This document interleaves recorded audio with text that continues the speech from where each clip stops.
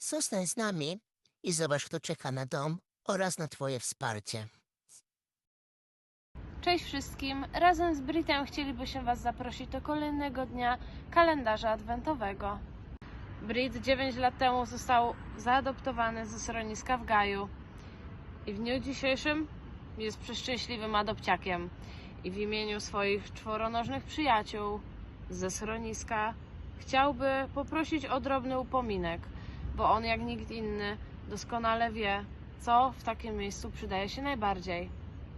Chciałby poprosić o środki do dezynfekcji, o środki do sprzątania, o ręczniki papierowe, rękawiczki nitrylowe, ale również o sól fizjologiczną i waciki.